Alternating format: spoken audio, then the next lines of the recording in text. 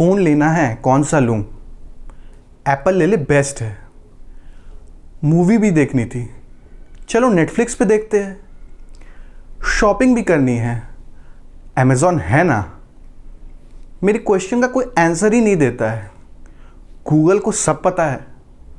क्या आपने कभी सोचा है कि जिन कंपनीज़ के प्रोडक्ट हम डे टू डे लाइफ में यूज़ करते हैं और जो कंपनी अपने फील्ड में मार्केट लीडर्स है और जिन कंपनी की ग्रोथ इंडस्ट्री के लिए बेंचमार्क है, उन कंपनीज़ में आपको इन्वेस्टमेंट करने का मौका मिले तो कैसा रहेगा? जैसे Google, Netflix, Amazon, Berkshire Hathaway, General Motors et cetera. पहले ऐसा पॉसिबल नहीं था, बट अब हम ऐसा कर सकते हैं। तो इस वीडियो में हम जानते हैं कि हम ये कैसे कर सकते हैं। Hello everyone, I am C Raunak Ramrayka. Welcome you all to the channel mind your finance. So start करते हैं आज का topic, how to invest in US stock market from India. So is it legal to invest abroad from India? So as per RBI guidelines, liberalized remittance scheme, a resident can spend up to rupees 2,50,000 in an annual financial year without approval of RBI. So without approval you can spend up to $2,50,000, that is approximately 1.9 crore rupees. So now why we should invest in US stock markets? Means the reason for investing in US stock markets. So the first one is diversification. As you all know, investment strategy says that we should diversify our investment to protect us from volatility of a particular situation or particular market. जैसा कि हम जब investment करते हैं तो हम अलग अलग टाइप के इंस्ट्रूमेंट में करते हैं, like equity, debt, real estate, gold, ताकि हमारा पोर्टफोलियो बैलेंस्ड रहे और कोई एक स्पेसिफिक सिचुएशन या मार्केट सिचुएशन की वजह से हमारा पोर्टफोलियो कम ना हो जाए। अगर इक्विटी में प्रॉब्लम होगा तो आपको गोल्ड, रियल एस्टेट आपके सेव कर लेंगे। रियल एस्टेट में कुछ प्रॉब्लम होगा तो आपको इक्विटी, डेट सेव कर लेंगे। इसी टाइप से if you invest in other country like abroad, so उसमें क्या होता है, आप कंट्री स्पेसिफिक रिस्क से बच जाते हैं। लाइक इंडिया में कंट्री स्पेसिफिक रिस्क क्या हो गया, लाइक वॉर लाइक सिचुएशन हो गई, या रिसेशन आ गया, या हाइपर इन्फ्लेशन हो गया, या socio economic imbalance, like India में पहले इमरजेंसी हुई थी। तो इस टाइप की सिचुएशन से आपको वो प्रोटेक्ट करता है। आप अपना कुछ इन्वेस्टमेंट आउटसाइड इंडिया भी रख रहे हैं, तो अगर आपकी कंट्री में कोई प्रॉब्लम होती है तो उससे आप सेव हो जाएंगे। Second point is opportunity to invest in high growth tech companies. अगर हम बात करें इंडिया की, तो Indian companies are mainly based on metal, mining, agriculture related companies, but if I compare with the US companies, they are more of technology based companies, consumer brands. और अगर हम technology की बात करें तो India is not that much develop for technology companies. और you must agree that technology is the future of the world, so why should not invest in that technology.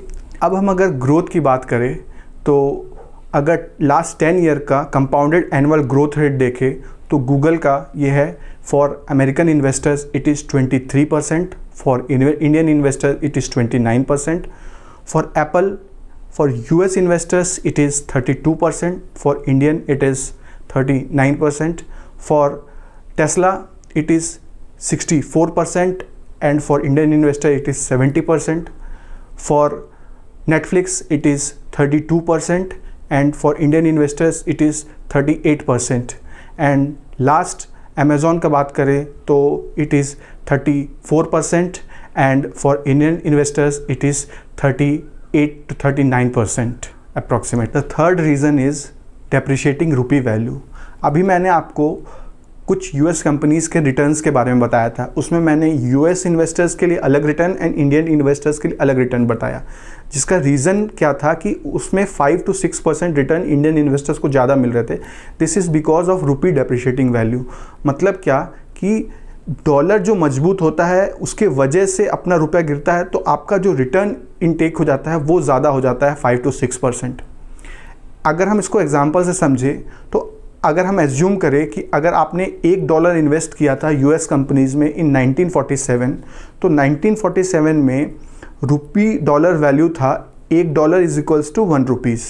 तो अगर आपने उस समय $1 इन्वेस्ट किया होता और आज हम अगर 2021 में खड़े हैं जहाँ पे रुपी डॉलर वैल्यू है $1 is equals to 74 rupees approximately. तो अगर हम मान ले कि जब आपने 1947 में जो $1 इन्वेस्ट किया था यूएस कंपनीज़ में, हम मानते हैं कि उस कंपनी ने कोई भी रिटर्न नहीं दिया इस पीरियड के बीच में। अगर उस कंपनी ने कोई भी रिटर्न नहीं दिया तो भी अगर आप देखें तो आपका ₹1 आज 74 रुपीज़ हो जाएंगे जब वो कन्वर्ट करके इंडियन करेंसी में आपको मिलेंगे। That is because rupee depreciating value. So अब आप समझ गए होंगे कि जो डिफरेंस मैंने रिटर्न में बताया था वो क्यों है। The fourth reason is fractional shares you can purchase. Means आप इंडिया में आपको मिनिमम 1 शेयर तो परचेज करना ही होगा किसी भी कंपनी का, बट यूएस में आप फ्रैक्शनल शेयर्स भी परचेज कर सकते हैं। एग्जांपल के लिए अगर आपको इंडिया में एमआरएफ का शेयर परचेज करना है तो इट इज़ अप्रॉक्सीमेटली 80,000 रुपीज़। तो अगर आपको मिनिमम 1 शेयर तो परचेज करना ही पड़ेगा। आप 80,000 से कम का तो इन्वेस्टमेंट कर ही नहीं सकते उसमें। बट अगर हम यूएस की बात करें तो आप अगर गूगल का शेयर का एग्जांपल लेंगे तो उसका रुपी में वैल्यू अप्रॉक्सीमेटली 1,70,000 पर शेयर है। तो आपको 1,70,000 लगाने का ज़रूरत नहीं, आप प्रपोर्शनेट शेयर परचेज कर सकते हैं, like 1/10, 1/20। So this way you can invest. So this is the 4th reasons. So these are the major 4 reasons why you should invest in US stock markets. How to invest in US stock market from India? So there are 2 methods. First is direct method, second is indirect method. तो हम पहले indirect method की बात करते हैं।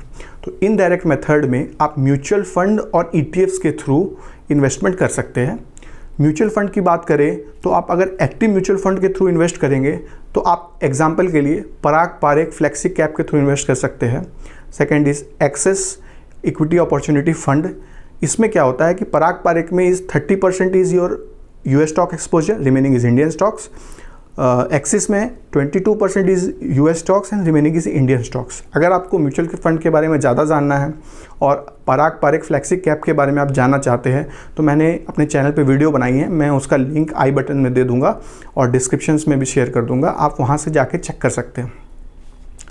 तो अगर आप इंडेक्स म्यूचुअल फंड के थ्रू इन्वेस्ट करना चाहते हैं तो आप मोतीलाल ओसवाल S&P 500 में इन्वेस्ट कर सकते हैं या फिर मोतीलाल ओसवाल नैस्डैक 100 में इन्वेस्टमेंट कर सकते हैं। और अगर आप ETFs के थ्रू, ETFs क्या होती है? Exchange traded fund. It is a index based mutual fund which can be traded in stock market. आप इसको शेयर के जैसा परचेज सेल कर सकते हैं स्टॉक मार्केट में ट्रेडिंग आवर्स में। सो अगर हम ETFs की बात करें तो उसका एग्जांपल रहेगा मोतीलाल ओसवाल नैस्डैक 100 ETF। अगर हम डायरेक्ट इन्वेस्टमेंट की बात करें तो डायरेक्ट इन्वेस्टमेंट में आपके पास ये ऑप्शन होता है कि आप सेलेक्ट कर सकते हैं आप किस स्टॉक में इन्वेस्टमेंट करना चाहते हैं बेस्ड ऑन योर रिक्वायरमेंट। इसमें क्या होता है कि इंडियन स्टॉक ब्रोकर्स का फॉरेन स्टॉक ब्रोकर्स के साथ पार्टनरशिप होता है और फिर उसके बेसिस में हम इन्वेस्टमेंट कर सकते हैं। इसमें भी 2 ऑप्शंस होते हैं आपके पास। आप अकाउंट ओपन कर सकते हैं इंडियन स्टॉक ब्रोकर्स के पास या फिर फॉरेन स्टॉक ब्रोकर्स के पास। तो अगर हम फॉरेन स्टॉक ब्रोकर्स की बात करें तो major is interactive brokers, Charles Schwabs, TD Ameritrade, Webull, Stockal and wasted.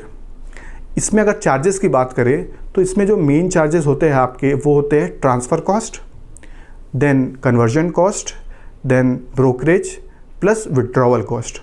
अगर हम इंडियन ब्रोकर्स के कंपैरिजन में फॉरेन ब्रोकर्स के चार्जेस को बात करें तो वो बहुत कंपैरेटिवली कम होते हैं सब। और किसी में भी इन्वेस्ट करें बट पहले आप उसके चार्जेस को पहले देख ले कि what are their charges. Second, अगर हम बात करें इंडियन स्टॉक ब्रोकर्स की तो there are HDFC securities, Axis securities, Motilal Oswal, 5 paisa, Groww, then IND money app, there are very other apps also. अगर इनमें हम चार्जेस की बात करें तो इसमें जनरली क्या होता है, सब्सक्रिप्शन फ़ी होता है एक जो आप अकाउंट ओपन करते समय देते हैं और प्लस ब्रोकरेज होता है। पहले ये चार्जेस बहुत हाई थे बट अब मार्केट कम्पिटिटिव हो गया है तो सब ने अपने चार्जेस घटा दिया और कुछ तो फ्री में अकाउंट ओपनिंग दे रहे हैं और चार्जेस भी एकदम मिनिमल है। तो बिफोर इन्वेस्टिंग आप चार्जेस के बारे में सारा पता कर लीजिए कि कौन कितना चार्जेस ले रहा है, बेस्ड ऑन दैट ही आप इन्वेस्टमेंट कीजिएगा। और अगर आप चाहते हैं कि मैं इस टॉपिक पे और डिटेल वीडियो बनाऊं like on US stock market और इन्वेस्टमेंट कैसे करें तो please comment in the comment box और बताइए मुझे कि मैं किस टॉपिक पे पहले वीडियो बनाऊं। और अगर आपको ये वीडियो अच्छा लगा हो तो please like, share and subscribe and don't forget to press the bell icon to get the notification. Thank you.